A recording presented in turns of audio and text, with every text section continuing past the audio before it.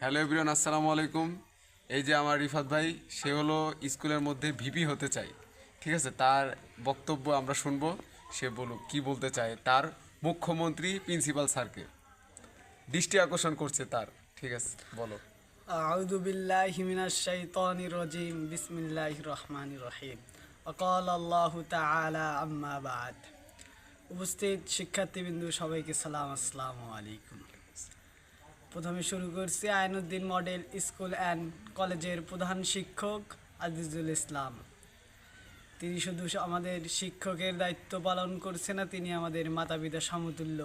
তিনি আমাদের মাতা পিতার দায়িত্বগুলোও পালন করছে এবং আমাদের জন্য একটি সুযোগ দিয়েছে ভিপি প্রার্থী। আমি মোহাম্মদ রিফাত মুন্সি।